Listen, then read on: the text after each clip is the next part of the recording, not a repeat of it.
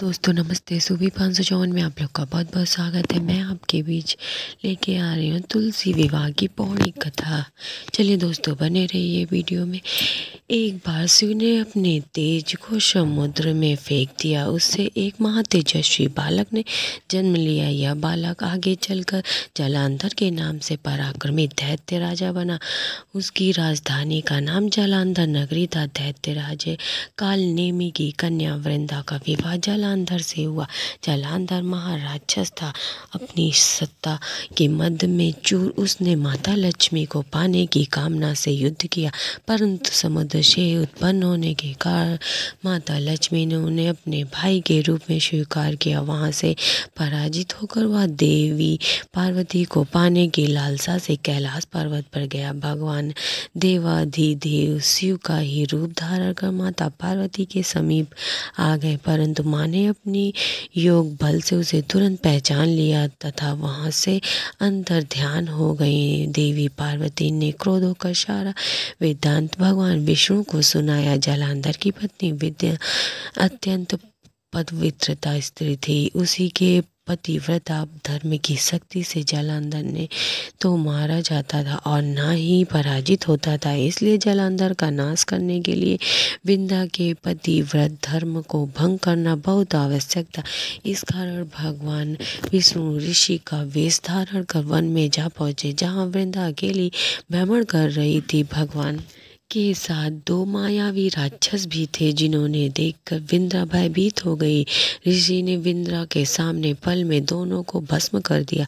उनकी शक्ति देखकर विंध्या ने कैलाश पर्वत पर महादेव के साथ युद्ध कर रहे थे और अपने पति जलांधर के बारे में पूछा। ऋषि ने अपनी माया जाल से दो वानर प्रकट किए। एक वानर के हाथ में जलांधर का सिर था तथा दूसरे हाथ में धड़ था। अपने पति की यह दशा देखकर विंध्या मूर्छित होकर गिर पड़ी।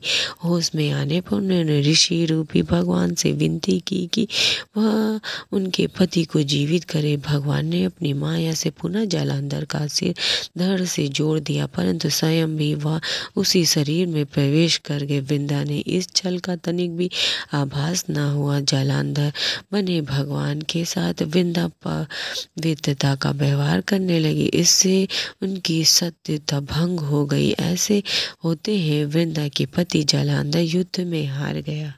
इस सारी लीला का जब वृंदा को पता चला तो उसने क्रोध होकर भगवान विष्णु को हृदयहीन शीला होने का श्राप दे दिया। अपने भक्ति के श्राप को भगवान विष्णु ने स्वीकार किया और शालिग्राम पत्थर बन गए।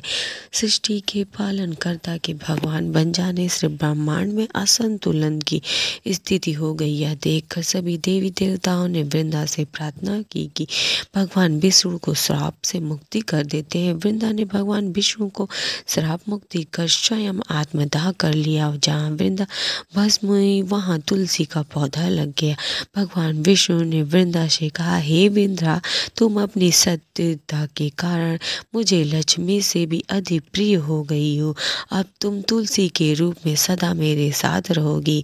तब से हर साल कार्तिक महीने के देव उठानी एकादशी के दिन तुलसी विवाह के रूप में मनाया जाता है। जो मनुष्य भी मेरे शालिग्राम के रूप में तुलसी का विवाह करेगा, उसे इस लोक और परलोक में वीर यश प्राप्त होगा। उसी दैत्य जलांधर की यह भूमि जलांधर नाम से विख्यात है। सती विंध्या का मंदिर मोहल्ला कोट किशनचंद में स्थित है। कहते हैं कि इस स्थान पर एक प्राचीन गुफा थी जो सीधे हरिद्वार तक जाती है। सच्चे मन से 40 दिन तक सती विंध्या देवी मंदिर में पूजा करने से सभी मनोकामनाएं पूर्ण होती। जिस घर में तुलसी होती है वहाँ यम के दूत में असमय नहीं हो सकते हैं। मृत्यु के समय जिनके प्राण मंदिर रहित तुलसी और गंगा जल मुख में रखकर निकल जाते हैं, वह पापों से मुक्त होकर बैकुंठ धाम को प्राप्त होते। जो मनुष्य तुलसी व आंवला की छाया में अपने पितरों का श्राद्ध करते हैं, उनके पितर मोक्ष की प्राप्त हो जाते हैं। दोस्तों कैसी लगी ये पौड़ी कथा अच्छी लगी हो तो मेरे चैनल को लाइक कीजिए, सब्सक्राइब कीजिए और आप लोग जरूर से ये कथा सुनिएगा। बाय बाय, नेक्स्ट ब्लॉग में मिलेंगे।